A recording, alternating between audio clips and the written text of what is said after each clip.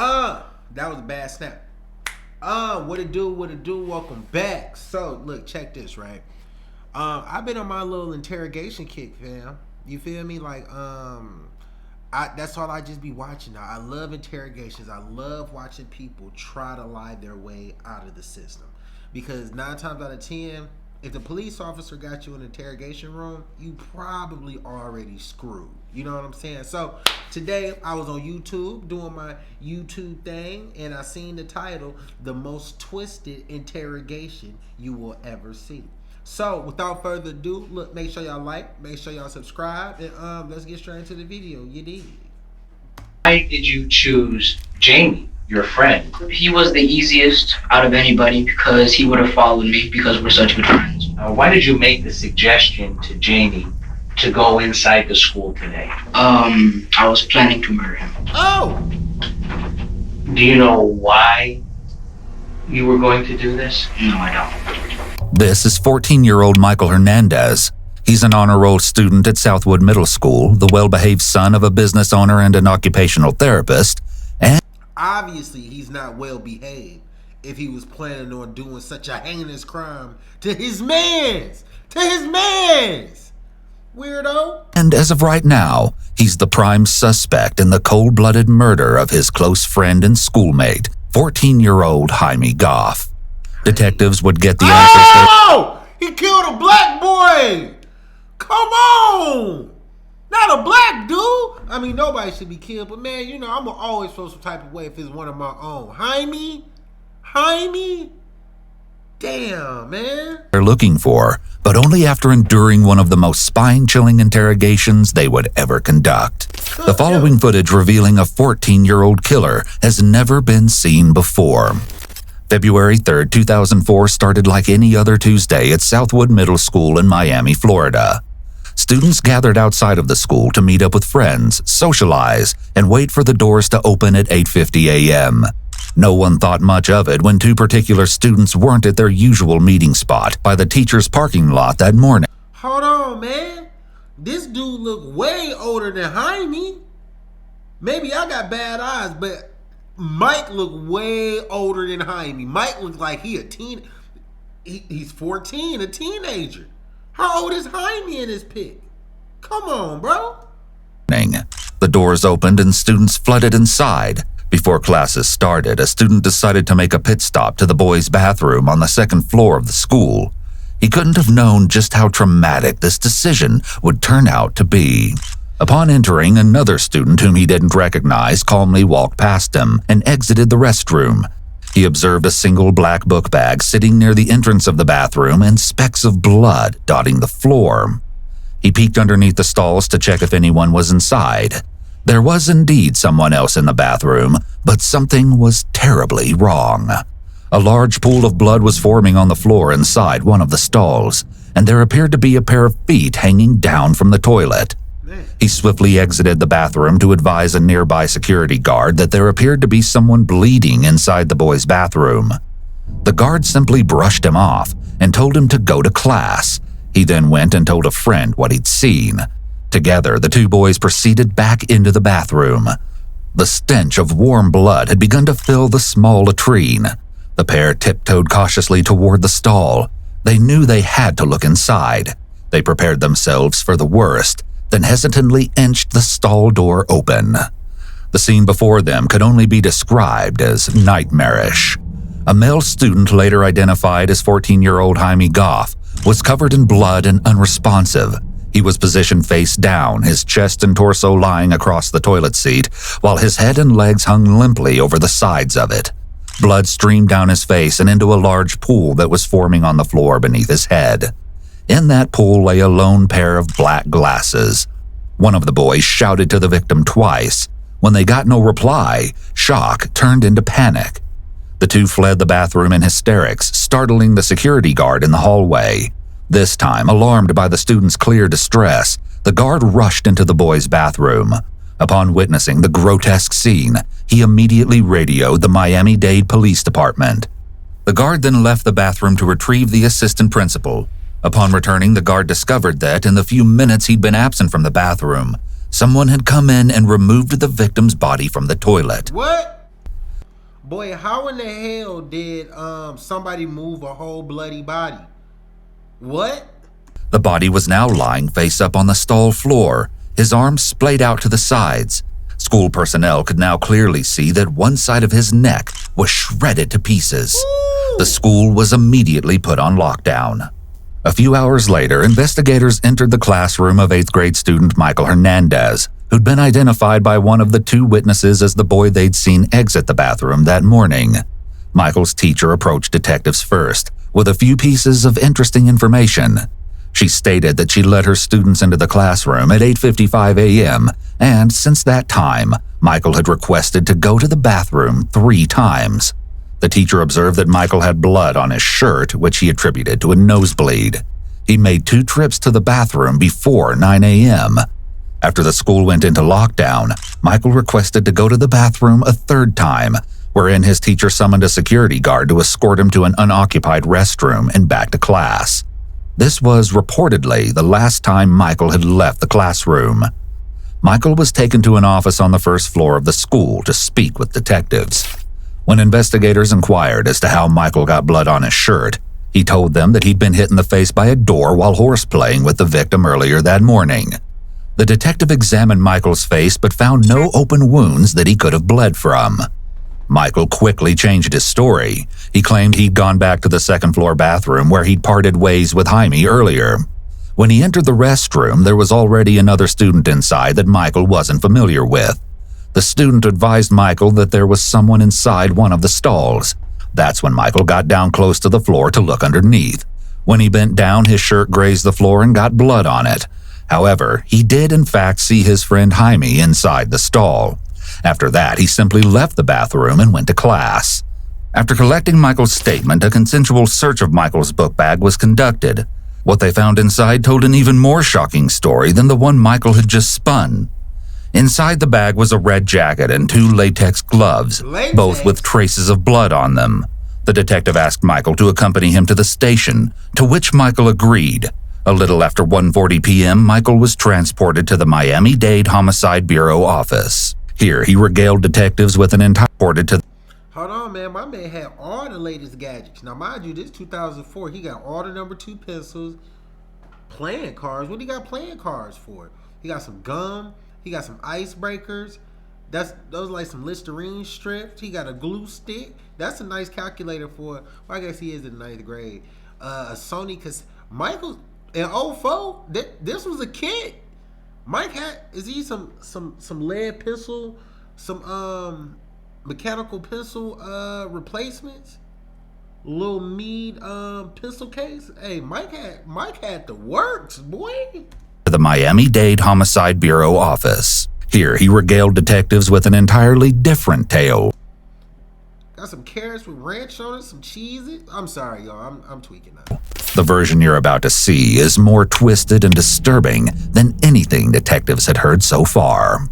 The following never-before-seen footage has been analyzed by a qualified team, including a licensed professional counselor, a licensed attorney and former prosecutor, and a licensed clinical psychologist. Ready? Yeah. Please raise your right hand when I swear you in. Alright. You swear the testimony you're about to give will be the truth, the whole truth, nothing but the truth, so help you God? Yes, I do. Though he is a minor at 14 years old, Michael is being questioned alone and without his parents, because in Florida, the law allows minors to be interviewed without parental consent. Florida get away with everything. Or their presence in the interrogation. However, parents can request a lawyer or stop the questioning on behalf of a minor at any time. These laws can vary by state, as some states do require parental consent. Mike, just do me a favor. When you talk clearly so that Miss Renee can understand you. Okay? All right. For the record, could you please state your name? Michael Hernandez. Mike, what's your birthday? February 2nd, 1990. Happy birthday. Thank you. So you just turned 14. Yes, I did. Very good. And what grade are you in? I'm in the 8th grade. Michael is being very cooperative and well-mannered during the preliminary questioning. He articulates well and answers the detective's questions clearly. His posture mimics that of an attentive student. He's sitting up straight, his hands folded in front of him, and his eyes keenly fixed on the detective. His body language conveys respect and a willingness to be compliant. However, we'll soon see that his motives are actually much darker. What school do you go to? Southwood Middle School. And are you in any special classes or anything? Any honors classes? I'm in gifted.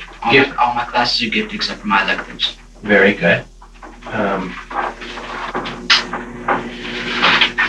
You can read and write the English language, correct? Yes, I can. And what are your grades in school, Mike? A's and B's. Michael appears proud to talk about his exceptional performance in school. Being a gifted student seems to be a big part of Michael's identity. Do you know an individual by the name of Jaime or Jamie Goff? Yes, I do. The J in Jaime here is pronounced with an H sound, like it would be pronounced in Spanish. But Michael and the detective pronounce Jaime with the J sound. At the mention of the victim's name, Michael's cool demeanor slips very subtly. For the first time, he seems to hesitate before answering the question. Yes, I do. His hands make a slight movement, as if he's trying to talk with them, but doesn't exactly know how. And how do you know Jamie? We've been friends since the 7th grade. And for the record, Jamie is the victim in this case. How old is Jamie? 14. And you're 14 also. Yes. How much older is he than you? I'd say about 4 months. Let's see. 4 months. Almost 4. It would take a few days. Okay. All right. Normally, detectives ask a suspect very open-ended questions like, "Tell me what you did this day." But here, the detective is using a lot of leading questions, which may be due to Michael's very young age. And what time did you get to school? 8:25, a little after, between 8 and 9:30. And when you arrived at school, where did you go to? I went to the fence on the outside of the parking lot, north of the parking lot. And why is that? That's just where me and some other people would just hang out. And this would be before class? Yes, before class. And who were the people that you would hang out with in the morning? Most of the time it'd be with Jamie Goff, Andre Martin, and myself. And sometimes there were some other people, but they didn't hang out with us. They just were there. Okay. Today, Yes. who did you meet at the fence? I met Jamie Goff. And how did Jamie seem this morning? He seemed like he normal hall, like he does every morning. Did you make any suggestions to Jamie that you and him? This man is a psychopath. The simple fact that he's this cool at the age of 14 after doing something so crazy to his mans. Well, I can't say it was his man because he only known him for a year. But, apparently this is man's, according to him. And he's not, he ain't fidgeting, he chill, he real, this boy got some real demons he fighting with, man. This is not normal. Go into the school early this morning? Yes, I did. And about what time was that you suggested that both of you go inside? A little after 8:30, maybe like 8:31 or 35, between those times. What time does school open and are students allowed inside the school? 8:50. Did Jamie agree to your suggestion to go inside when you made that to him? We had to make a deal first because he didn't want to get in trouble because we've gotten in trouble on previous times when we've attempted to go up there. And why do you get in trouble for attempting to go inside the school? Because it's too early and we shouldn't be walking around upstairs. And I see. Why did you make the suggestion to Jamie to go inside the school today? I was planning to murder him. Michael answers this question as matter-of-factly as he's answered Psychopath. all the other questions so far. There's not a single hint of empathy or remorse to be found. He seems undeterred, even by the fact that he's admitting to first-degree murder and exposing himself to the highest level of criminal penalty there is. Michael likely isn't aware of this, but under Florida state law, 14 and 15-year-olds can be tried as adults for certain felonies. They can also be subjected to the exact same penalties that an adult can receive, with the exception of the death penalty. Since Michael has already confessed to the first-degree murder of his friend, all that's left is to see if the court will possibly take pity And premeditation. on him. Do you know why you were going to do this? No, I don't. Now, what was your plan? How were you going to accomplish this? I was going to get him into the stall, the last stall, because it's the biggest, so I'd have more room. Now, this is in a restroom? This is the restroom. On which floor? Second floor. Okay, and it's the male restroom? Yes, it is. Where is it near? It is near the media center and the gifted U.S. history class. Okay. And once you brought or got Jamie in there, how were you going to bring him or lure him into the restroom? We usually go to the restroom after we get upstairs so we don't get caught by security. Okay. And so I knew that was gonna work. I got him into the stall by saying, look, I have something to show you. Here's one thing you need to do before you buy anything online. Don't spend another dime on Amazon until you watch this first. Watch this. So I got him into the stall and I told him to turn around because I wanted it to be a surprise. Before that, I put on the gloves. He saw me put on the gloves and I said, Oh, you're going too fast. and I said, I like them because they're comfortable. It's possible that Michael's cadence has increased here due to his excitement to talk about the crime for the first time. Retelling a story can be a way for someone to relive an experience, and it often brings back feelings associated with the original event. Crazy. His fast talking could also be due to his eagerness to show how smart he was in preparing for this crime. Not smart He may enough. be seeking admiration from the detective for how well he planned his attack. Michael's enthusiasm is also evidenced in his full cooperation when being questioned, appearing like he's sitting for a job interview instead of an interrogation. It's odd that he doesn't seem afraid or bothered at all that he's sitting there because he's been caught for the murder of his friend. Now, you also said that you put on gloves. What kind of gloves were these? They were latex gloves. Where did you get them from? My mother purchased them at Walgreens the previous night. Why did she purchase these? Was that at your request? It was at my request because I said that I needed them for extra credit for my science class. So you a liar too. You a murderer. You a liar. You kind of got your mama gonna be feeling bad because she bought something in assistance to assist you with this crime. Boy, you ain't. Oh boy. I hope they frown. There's no denying at this point that Jaime's murder was premeditated. More disturbingly, it seems that Michael mapped out every single detail and accounted for almost all possible factors before executing his plan. A thorough search of Michael's backpack yielded a secret compartment that he'd made by cutting a slit in the inner lining and attaching Velcro along the edges of it so that it could be secured shut. He'd used this compartment to store the murder weapon, meaning Michael had even planned for the possibility of his backpack being searched. Now, you and him are already in the stall, correct? Yes. Did he go into the stall first? Yes. Did you follow him? Yes, I did. Did you close the stall door? Yes, I did. Now, what transpired next? Okay. I was talking to him and I told him, all right, now I have to put my hand over your mouth.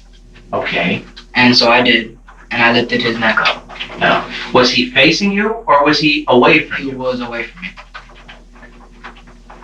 Did you put your hand over his mouth? Yes, I did. And which hand did you use to put over his mouth? My left hand. Once you did that, what happened next? I had already before I put my hand over his mouth, I already put my knife out. So the blade was already out. Now, where had you kept this blade? I had kept it in my jacket pocket. And what color jacket did you have on today? I had a red jacket. Now, is this the same clothing that you're wearing? Yes. The detective is asking Michael a lot of control questions, meaning questions he already knows the answer to in order to see if Michael is being truthful with him.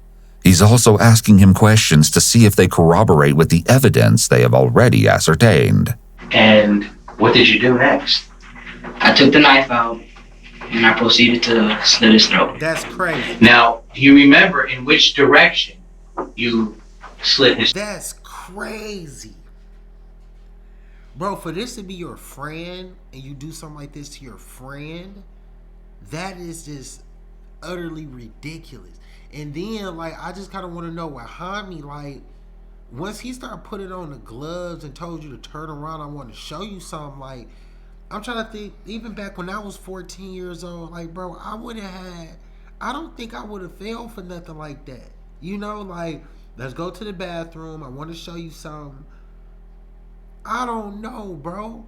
I feel like it got to be something a little extra with this, because what? And then you put your hand over his mouth, tilted back, like, that got to be such a fast thing, because any regular person ain't gonna just let you do that. I don't know. I could be tripping. His throat. Left to right. Michael is able to recall the details of the murder extremely well, even noting the direction in which he slit his friend's throat. Sad. This is significant because it indicates that Michael didn't dissociate at all during the act. Some offenders black out while committing a particularly heinous crime due to the extreme stress of the situation. Michael, however, was keenly aware of exactly what he was doing, from beginning to end. This idea is especially haunting when you learn exactly what Michael did to his young schoolmate.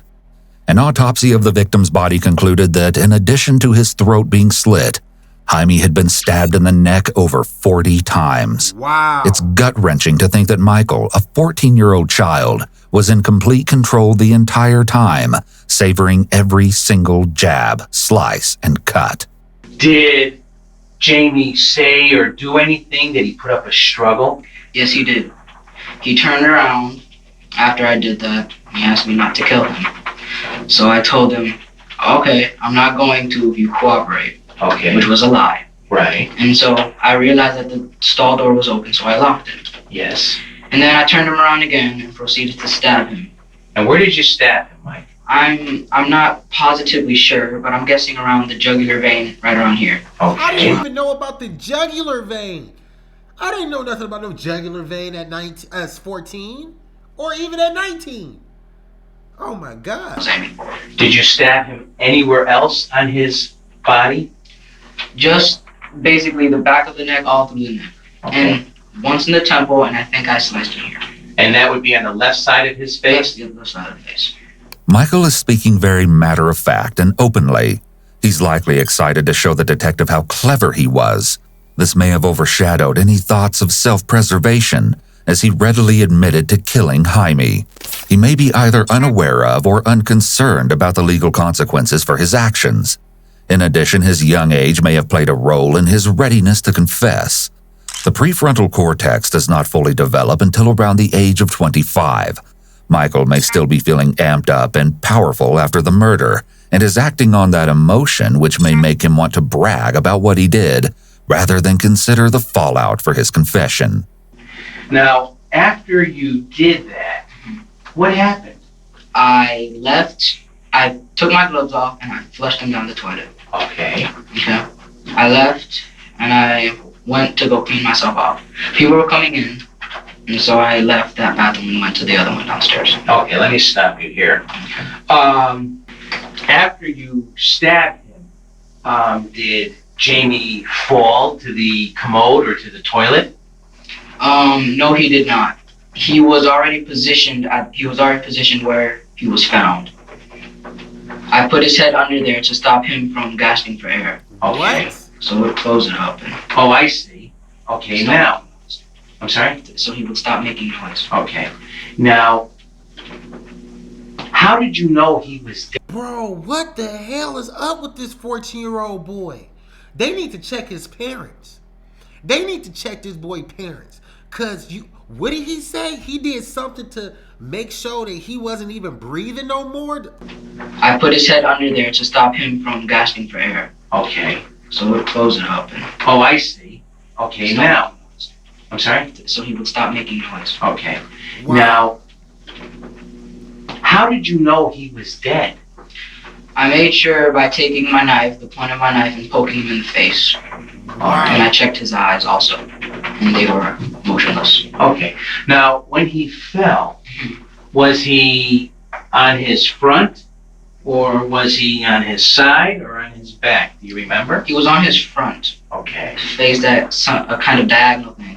Yes. There was blood coming from his mouth Mm-hmm. to the right of the toilet. And I guess there might have been blood in the toilet. And there was Okay. blood on the walls. All right. What did you do with the knife and the jacket? I put the knife was broken because of the stab wounds, and I couldn't close it back. So I closed it as much as I could, and I put it in my jacket pocket. Okay. I proceeded to go to the sink, and I wiped some of the blood off the jacket, took the jacket off. No, I did Slow not. down. Oh.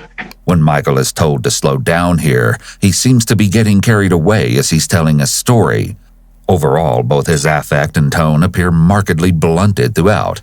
While his speech speeds up either from anxiety or excitement, there's no major change as he talks about going to get the gloves versus viciously stabbing his friend, or even realizing he's dead. It was at my request because I said that I needed them for extra credit for my science class. I took the knife out, and I proceeded to slit his throat. I did not take the jacket off at that point. I just wet it to get the blood off. Okay. I proceeded to go downstairs to the other bathroom on the first floor. I then wiped myself off with all the stuff off my face and the stuff off my jacket. Then I took the jacket off and put it in my book. Now, you said that you had flushed some gloves Yes. down the toilet. There were two. I flushed 2 gloves. 2 gloves. How many pair of gloves did you have? I had 2 pair, 4 gloves in all. Where did you keep the other pair of gloves? In the jacket pocket where I kept the knife. All right. Now, before you gloved up this morning in the bathroom, did you remove any of your jewelry? I removed my rings because they would have cut through the... This boy had rings on? This boy had jewelry and a rubber band? Crazy. latex glove. Okay. Did anything unusual, or did you notice anything unusual when you put your hand in your jacket pocket after the incident? Yes, one of my rings was missing. And which ring was that? It was the ring on my right ring finger. So, what did you do? I went back upstairs to find the ring.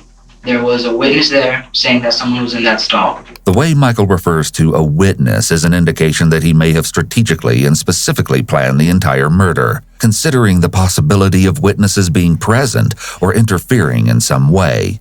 He's speaking as if he's a law enforcement official describing or examining this case, rather Yeah, this boy sound way too smart. I ain't gonna lie. than the perpetrator describing his own acts. I went to go look, having known what was there. And I saw my ring and picked it up and then left. Okay. Had you gone up there actually to check to see if Jamie was okay? No, I have not. No, I did not. It was strictly to check on your ring. My ring, yes. And why did you want to recover your ring? Because I value my jewelry. Okay. It's very interesting to note how much more Michael's ring meant to him than his dying friend. This detail speaks volumes about exactly how Michael's mind works, namely that he possesses a disturbing disregard for the lives of others. Do people know that you wear that type of ring? Yes, many people know I wear this type of jewelry. Could someone have identified you because of the lost ring? Yes, they could have identified this ring, definitely. Okay. When you went back upstairs to go back or into the bathroom to look for your ring, Yes. who is the individual that told you someone was in the stall? I'm not sure of his name. Had you had planned to do this to Jamie? Yes, I did. How long have you had this plan? A little under a week. And is there any specific reason why you planned this? No, there's not. What? Perhaps the most So you just did it just because you felt like doing it? Because you wanted to do life in jail? Did that not come through your head? Why it was just no reason? It wasn't no Pokemon cards. He didn't crack your mama joke. You just did this just to do it. spine-chilling detail of all, Michael likely killed his friend purely for personal satisfaction. Michael, who had just celebrated his 14th birthday the previous day, had absolutely no reason to commit murder that morning. He simply decided that he wanted to. A situation such as this can reasonably be explained by a bout of severe psychosis. However, he doesn't present as a person who has psychosis based on his behavior during the interrogation. Michael seems to be thinking clearly and logically. There are no indications that he is responding to internal stimuli, such as voices in his head or unseen figures. There's no evidence of paranoia or delusions. Therefore, there is no evidence of a thought disorder. Hold on. Hold on. 1 knife, 2 knives, 3 knives, a razor. What? That little hand thing. Boy, they need to check his parents. Cause why in the hell did this boy have 3 knives? Why in the hell did this boy have 3 knives and one of them is confiscated? So he really had 4 knives. His parents need to go to jail too. Intelligence and composure, as well as his blatant lack of remorse, He got paper too? are reminiscent of someone with antisocial personality disorder. A lighter? However, an ASPD diagnosis Come on, fam. Come on, fam. He got the Naruto shurikens in this boy. Knives. This don't make no sense. His parents need to get arrested as well because they set this boy up to be on some diabolical stuff. He wanted to see if these weapons can really hurt somebody. This don't make no sense. cannot be given to anyone under 18. We cannot conclude that Michael has ASPD or psychopathy, the term often used to describe the most severe type of antisocial personality, not only because we don't have enough information about Michael's symptoms and history, but also because Michael is only 14 years old and I just look at some of these bags of bones, post-mortem. I don't even know what that means. Cruel and too late, unusual, the cause of death. What the hell?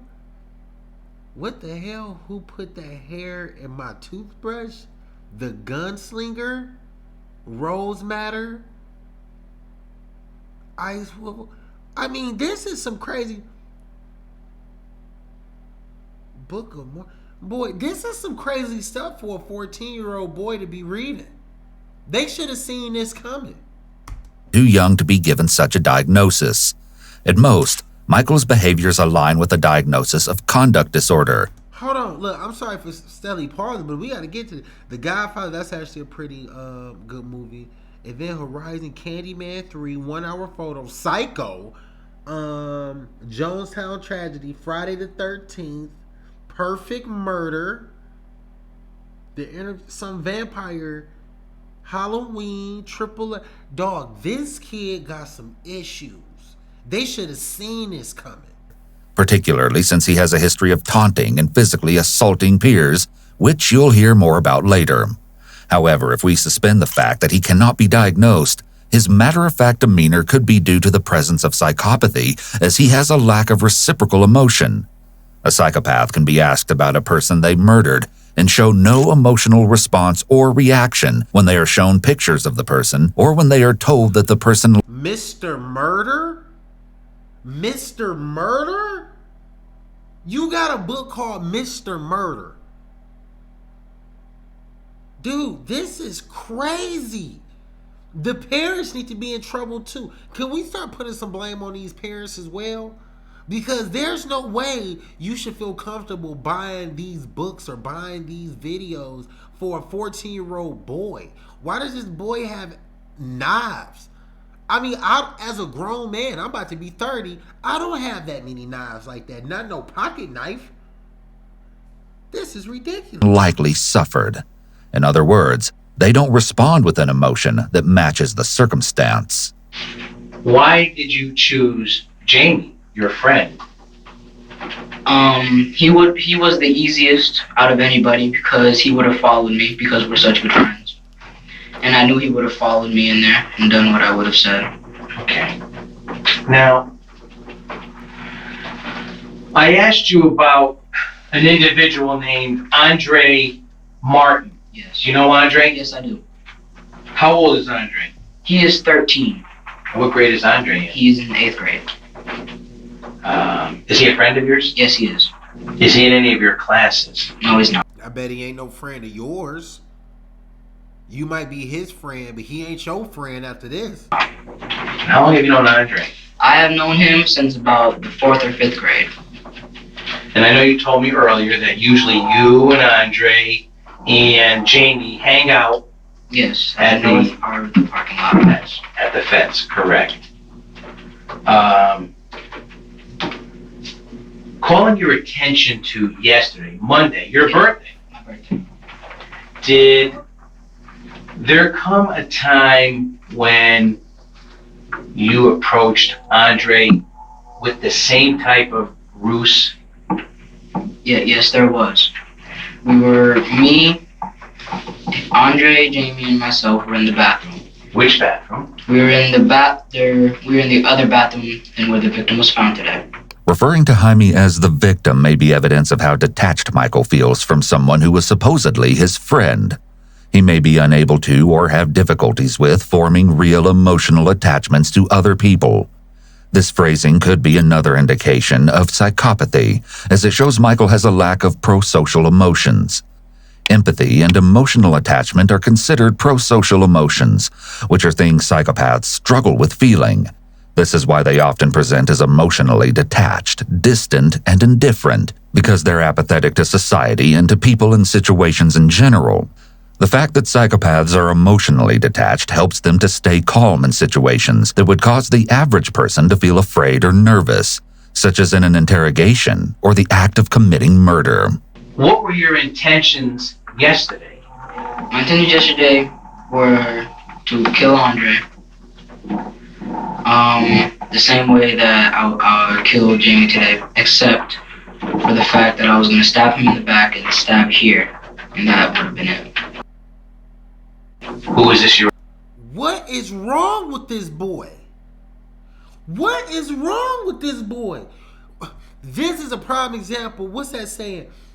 Why have enemies when you got friends like this? What? This is ridiculous, man. You were going to do it too. I was going to do this to Andre. Michael seems almost enthusiastic about the opportunity to disclose every meticulously planned detail of how he was going to kill both of his friends. The animated way in which he illustrates his master plan to the detective indicates that he's relishing the opportunity to divulge his wicked scheme, and even enjoying the attention he's receiving. Whatever his motivation, Michael seems extremely invested in this experience of being involved in a real criminal proceeding. These are several more signs of possible antisocial personality disorder. From a legal perspective, his intention to cruelly execute multiple people could be used as evidence that Michael is essentially a serial killer in the making. Absolutely. The prosecution could argue that a life sentence is necessary in order to protect potential victims of a future serial killer. I'm never down with putting people into jail, period, let alone life. However, this boy needs to go expeditiously. You told me that you had a belt and you were going to strangle someone. Yes, I was going to strangle him first, and then after he was dead, I was going to make sure by stabbing him. Okay, and this was Andre. This was Andre. Now, did you... And this is the boy he been knowing for the longest amount of time. You was gonna strangle him, then stab him up? You lure him into the bathroom yesterday? Into the bathroom, yes, not the stall. Okay. And how did you accomplish that? Same way. The bathroom? Yes. We were late to class. I told them both that we were gonna be late to class. And so we snuck upstairs after the late bell had rung. We got to the bathroom, and I was trying to convince Andre to go into the stall. Okay. And how were you going to do that? I told him that I had something to show him. Okay. Yes. And what was his response to that? His response, he didn't want to do it, so he said no. He's like, hey, thank you. That would have been my response. No, like, why are you trying to take me to the stall now? Maybe, see, they in middle school. I'm thinking in terms of high school. Now, in middle school, I don't know. I probably would have been just as gullible. But Andre had the right idea. He just like, bro, I'm not going in the stall with you. What do you need to show me? Andre probably already sensed that this boy is messed up in the head and he was going to do something. Andre sensed that. Hami didn't sense that. Like, why can't Jamie go first? My response then was that he's gonna go next. Okay. Now, did Jamie agree? Did Jamie say, I'll come in, I'll look? Yes, he did. Okay. And what did you say at that point? I said no, he's gonna go first. Okay. And any particular reason why? I wanted to get Andre killed first before I got Jamie. All right. Now, when that did not happen yesterday, what did you end up telling Andre and Jamie? Michael is taking up a lot of space on the table with his arms and hands. This could be indicative of confidence and feeling in control of the conversation, or at the very least, feeling at an equal level as the detective. I said, all right, are you gonna guys cooperate tomorrow? They're like, yeah, okay, we'll cooperate tomorrow. All right. Michael's word choice here says a lot about his relationship with his friends at school. When Andre refuses to go into the stall with him the day prior, Michael asks his friends if, in his own words, they'll cooperate with him the next day instead, to which they both agree. The way he speaks to his friends indicates that Michael was likely the authority figure in his friend group, and that his friends regularly felt like they had to obey him. That might explain why he thought he could easily lure them both to a horrific fate. Sadly, Michael was right about Jaime, but clearly underestimated Andre. Today, before this happened to Jamie, what were your intentions going to be if Andre should have shown up? I would have talked him into coming to the bathroom with me, coming into the stall. Then I would have proceeded to slit his throat and stab him continuously until he died in the neck area. Yes. And then I would have left him there. Yes. And gone back downstairs and talked Jamie into coming upstairs. Lured him into the other bathroom and slit his throat and stabbed him in the neck. Okay. Now, Mike, where did you get this knife from? My mama. I have a knife collection. Uh-huh. I've been collecting knives, and as I said, my dad has a store, and so I asked him for some knives. This was before I was gonna do this. Bro, this is why I'm saying his parents need to go to jail too.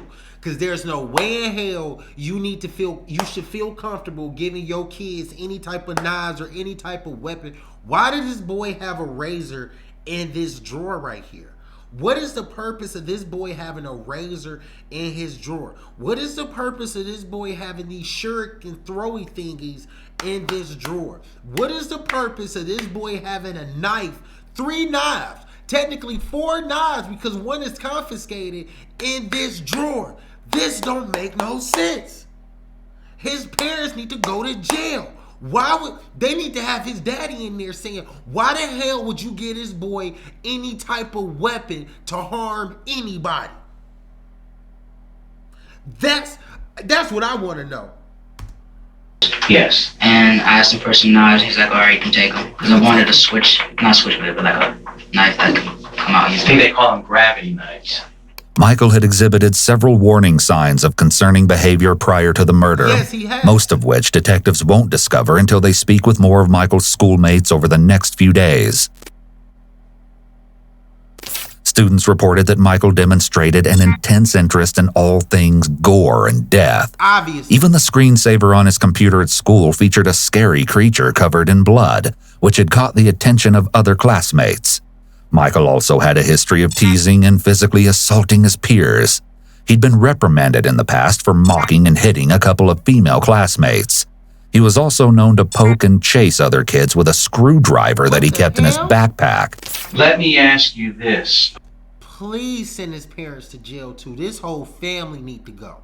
Maybe except for the mama, because the mama probably just do what she told, depending on what the hell the daddy say. But his daddy need to go to jail too. Cause how the hell you over here hitting these girls, stabbing these little folks with a screwdriver, and you ain't getting... Is there any particular reason why you did this to Jamie? No, there's not. Did he offend you in any way? No, he did not. Did he harm? I can't take this. This is so disgusting, fam. I did not know that this First off, I typically like to watch interrogation videos because it'd be just so good. But this wasn't even good. This is just a sick boy in the brain. This boy is so sick. How are you in middle school plotting to kill your friends? To kill your friends. And like I said, his parents really need to be in jail too. Because why the hell are you buying books called Mr. Murder? You got him every type of scary horror thing. He got several weapons. He got a razor. What the hell is wrong with this boy? Then he over here poking kids with screwdrivers in school? Slapping, I don't say he slapped, but hell, it's safe to assume he done probably slapped a couple of females, and then he plotted on killing his friends for no reason. He need to be put in jail.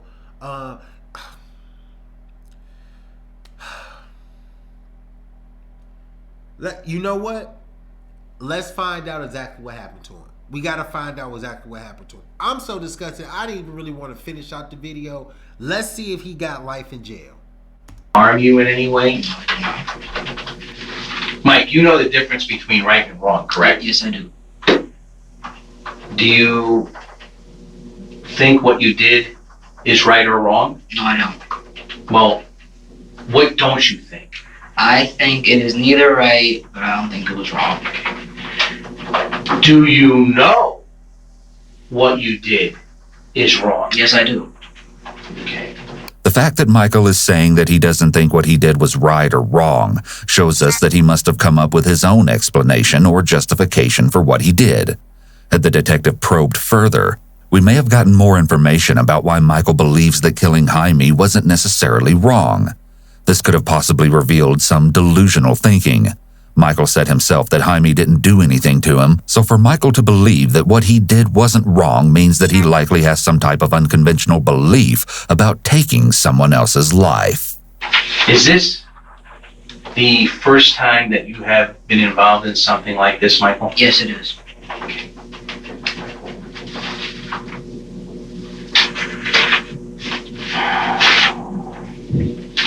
Are you sorry that this happened today? No, I'm not.